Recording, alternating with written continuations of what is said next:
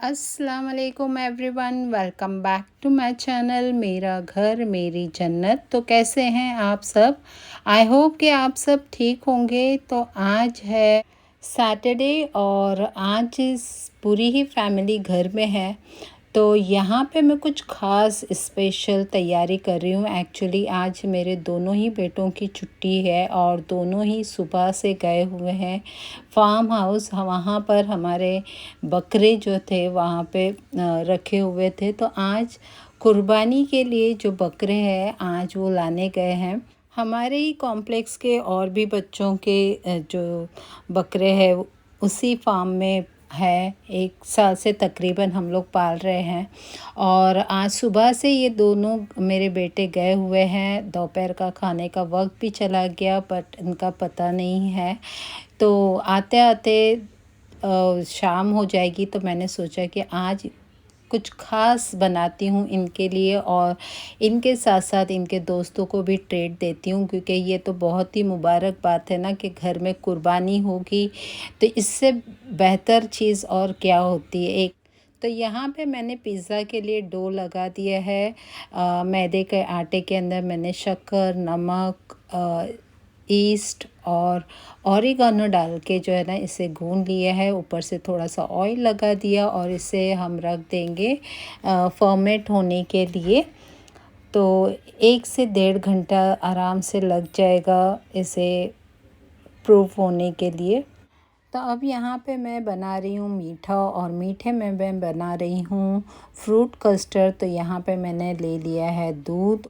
तो दूध को पहले हम अच्छी तरह से गरम कर लेंगे और जब तक दूध गरम हो रहा है हम घोल बना लेते हैं वैनिला कस्टर्ड का। यहाँ पे मैं वैनिला कस्टर्ड बना रही हूँ। तो यहाँ पे मैंने पानी में कस्टर्ड पाउडर को अच्छी तरह से मिक्स कर लिया है और दूध गर्म होने पे ही है। तो पहले हम इसमें ऐड कर देते हैं शुगर। तो शक्कर टेस्ट के अकॉर्डिंग डाली जाती है। जितना हम मीठा खाना पसंद करते हैं उसके हिसाब से हम शक्कर डाल देते हैं। अब यहाँ पे देखिए अच्छे से जोश बस आने ही वाला है और इसमें हम डाल देंगे हमारा कस्टर्ड पाउडर का मिक्सचर और इसे कंटिन्यूसली हमें चलाते रहना है ताकि इसमें कोई लम्स ना पड़े और अच्छी सी क्रीमी टेक्सचर वाला ये कस्टर्ड जो है तैयार हो जाए। क्योंकि कस्टर्ड ना ठंडा ठंडा अच्छा लगता है तो इसे मैंने बना के रख दिया था फ़ैन के नीचे ताकि वो अच्छे से ठंडा हो जाए और फिर मैं इसे फ्रिज में रख दूँगी। तो यहाँ पे 1 से 1.5 घंटा हो गया था और ये देखिए जो पिज़्ज़ा का डो है वो भी अच्छे से जो है ना फूल चुका है। तो यहाँ पे मैंने काउंटर टेबल पे डाल दिया है थोड़ा सा फ्लावर और इसे अब मैं नीट करूँगी कम से कम 1 से 2 मिनट, क्योंकि पहले ना मैंने इसे अच्छे से नीट नहीं किया तो जस्ट मिक्स करके डो को रख दिया था। अब मैं इसे 1 से 2 मिनट देने वाली हूँ ताकि ये जो है बिल्कुल सॉफ़्ट हो जाए और बिल्कुल सॉफ़्ट पिज़्ज़ा का डो रेडी हो जाए। तो देखिए कितना स्मूथ ये दिखाई दे रहा है। बिल्कुल ऐसे ही पिज़्ज़ा का डो होना चाहिए। आज मैंने इसमें ओरिगानो भी डाला है, वो इसलिए ताकि हमारी जो पिज़्ज़ा की ब्रेड है वो भी फ्लेवरफुल हो। तो मैं आज डोमिनोज़ जैसा बड़ा सा एक पिज़्ज़ा बनाने वाली हूँ। तो यहाँ पे मैंने इसे बेलना शुरू कर दिया है थोड़ा सा डस्टिंग करके फ्लावर की और इसे मैं रेक्टेंगुलर शेप में बेलूँगी। तो यहाँ पे देखिए जो पिज़्ज़ा डो की जो थिकनेस है वो भी हमें बराबर से चेक करनी है। दोनों चारों तरफ से जो वो इवनली होनी चाहिए। तो ये ना हमारे घर में बचपन से ही एक शौक़ है बच्चों के दिल में। जब हम भी छोटे थे तो जब कुर्बानी का माहौल होता था, बकरे ईद आने वाली होती थी तो हम ज़िद करते थे कि जल्दी से जल्दी बकरे घर पे आ जाएं तो हम उनके साथ में खेलेंगे और अपना टाइम स्पेंड करेंगे। तो ये एक हर बच्चों को ये खुशी होती है और वही चीज़ जो है वो मेरे बच्चों में भी है और ये देख के मुझे भी बहुत खुशी होती है। अल्लाह ताला ये जज़्बा जो है कुर्बानी का वो हमेशा हमारे बच्चों के दिलों में रखे और दिन ब दिन जो है वो ये कुर्बानी करना और जो दीन की राह में जो भी फ़राइज़ है वो अंजाम देने का शौक़ उनके दिल में रहे हमेशा।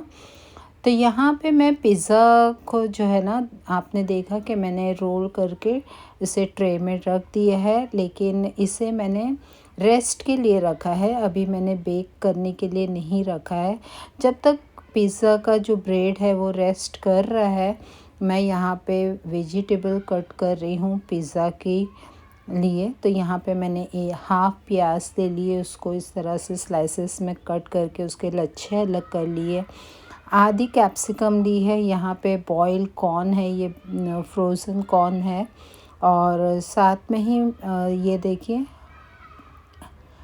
30 मिनट्स हो चुके थे और पिज़्ज़ा ब्रेड जो है वो अच्छे से जो है फूल गई है। तो मैंने इसमें इस तरह से कट्स के निशान लगा दिए ताकि बेक होने के बाद ना एक एक पीस आराम से उठाए जा सके। और फोक की मदद से इसमें इस तरह से नोचेस लगा दिए ताकि हमारी ब्रेड बेक होने पे फूलेगी नहीं। मैंने प्रीहीट कर दिया है ओवन को और 10 मिनट के लिए जो है मैं ये ब्रेड को रख दूँगी ताकि इसका बेस जो है वो कुक हो जाए।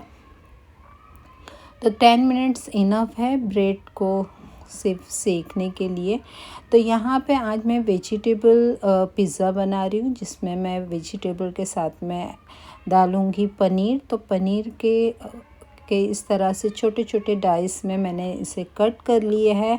और पनीर को भी जो है ना मैं थोड़ा सा फ्लेवरफुल बनाऊंगी ताकि पिज़्ज़ा में उसका टेस्ट अच्छा सा आए। तो यहाँ पे मैंने ले लिया है मस्टर्ड पेस्ट, थोड़ा सा 1 टीस्पून के करीब डाला है।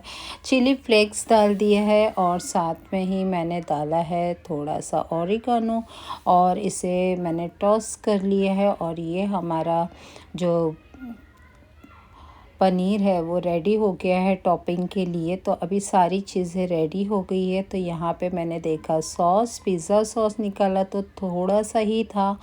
अब यहाँ पे इतने बड़े पिज़्ज़े में इतना सा सॉस तो इनफ नहीं होगा, तो मैंने यहाँ पे क्या किया है कि बारबेक्यू सॉस लिया है थोड़ा सा और उसमें थोड़ा सा केचप डाल दिया है और ये हमारा पिज़्ज़ा सॉस रेडी हो गया। और फ्लेवर भी चेंज हो गया क्योंकि अब जो है फ्लेवर है बारबेक्यू सॉस का। तो ये बहुत एक अच्छा सा फ्लेवर बन के आया था पिज़्ज़ा पे। तो ये 10 मिनट्स में हमारी पिज़्ज़ा ब्रेड भी रेडी हो गई है। तो अब हम इस पे लगाएंगे पिज़्ज़ा सॉस। तो पिज़्ज़ा सॉस को हमको अच्छी तरह से लगाना है क्योंकि इससे ही ना हमारे पिज़्ज़ा का बहुत ही अच्छा सा फ्लेवर बन के आएगा। और देखिए इतनी बड़ी पिज़्ज़ा जो है हमारी तैयार होगी। जितनी बड़ी मेरे ओवन की ट्रे है उतना ही बड़ा मैंने पिज़्ज़ा बनाया है। तो सॉस को मैंने ब्रश की मदद से फैला दिया है ताकि ब्रेड के चारों कोने पे इवनली जो सॉस है वो लगे। और सॉस लगाने में कभी भी कंजूसी नहीं करना चाहिए क्योंकि पिज़्ज़ा का फ्लेवर, पिज़्ज़ा का टेस्ट जो है वो 2 ही चीज़ों से आता है। एक तो है पिज़्ज़ा सॉस और दूसरा है चीज़। ये दोनों चीज़ों के बगैर पिज़्ज़ा जो है वो मुझे अधूरा लगता है। तो मैंने दिल खोल के यहाँ पर पिज़्ज़ा सॉस भी डाला है और अभी आप देखेंगे कि चीज़ भी मैंने बहुत अच्छे से डाला है ताकि बच्चे जो है जब खाएं तो खुश हो जाए। तो पिज़्ज़ा सॉस लगाने के बाद मैंने सारी वेजिटेबल्स इस पे अरेंज कर दी। उससे पहले मैंने यहाँ पे मायोनीज़ जो है वो डाला है। ये डालने से ना हमारा जो पिज़्ज़ा है वो बिल्कुल मॉइस्ट बनता है, सूखा सूखा नहीं रहता है और बहुत ही अच्छा टेस्ट आता है इसकी वजह से। अब मैंने पनीर और सारी वेजिटेबल्स इसके ऊपर लगा दी एक एक करके। और ये जब बेकिंग के लिए तैयार हो रहा था ना तब तो इतना प्यारा लग रहा था कि ऐसे लग रहा था कि कब बेक होगा और कब मेरे बच्चे खाएंगे इसको। तो यहाँ पर कॉर्न, प्याज, आप वेजिटेबल्स के अंदर कोई भी वेजिटेबल्स आप यूज़ कर सकते हैं, लेकिन मोस्ट ऑफ पिज़्ज़ा में यही वेजिटेबल जाती है जो मैंने यहाँ पे डाली है। इस पे मैंने डाला था ऑरिगानो एंड चिली फ्लेक्स, उसका भी बहुत अच्छा सा फ्लेवर आता है। तो कैप्सिकम डालने के बाद अब मैंने यहाँ पे ऑरिगानो डाला है।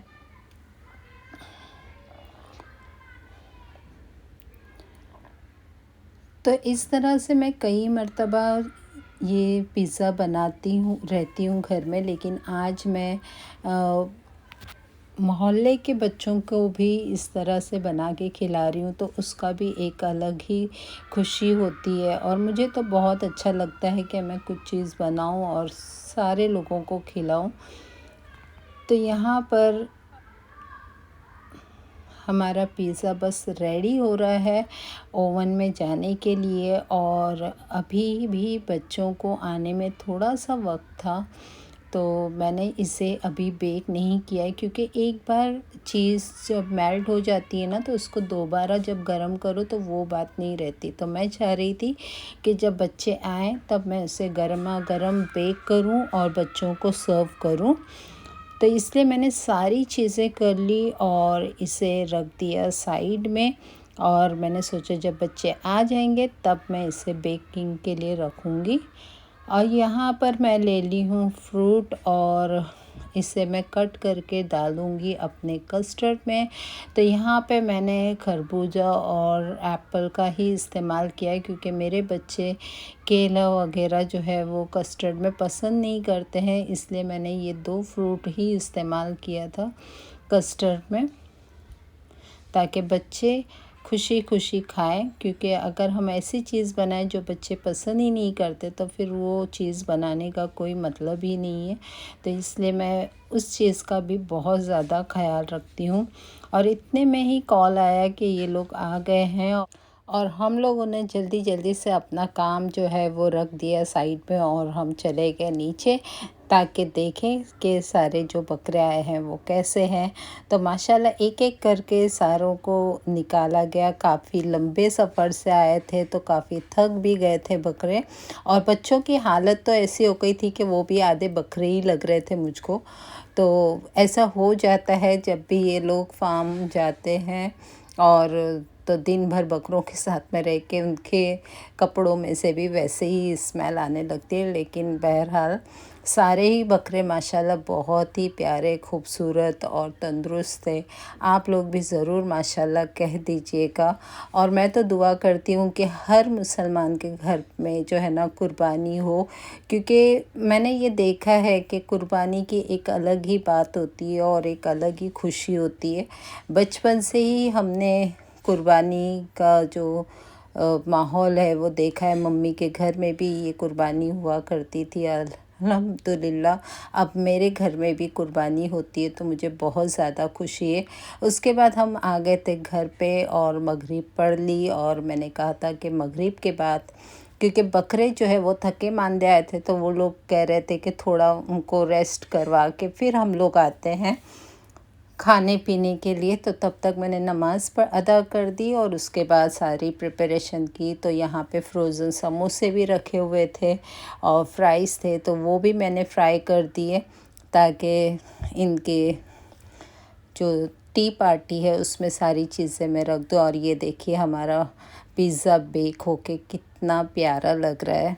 तो यहाँ पे सारी चीज़ें मैंने टेबल पे रख दी और मेरे शौहर यहाँ पे बैठ गए। तो मेरी आज की वीडियो कुर्बानी के बकरों के आने की खुशी पे मेरे बच्चों के लिए एक छोटी सी ट्रीट थी। अल्हम्दुलिल्लाह सारी ही चीज़ें माशाल्लाह बहुत अच्छी बनी थी, सबको बहुत पसंद आई, और यहाँ पे इन लोगों ने बहुत ज़्यादा इंजॉय किया। तो आज की वीडियो आपको अगर पसंद आई है तो लाइक, शेयर और सब्सक्राइब करके मुझे ज़रूर सपोर्ट कीजिएगा। फिर मिलूँगी नेक्स्ट व्लॉग में बहुत जल्द। तब तक के लिए अल्लाह हाफ़िज़।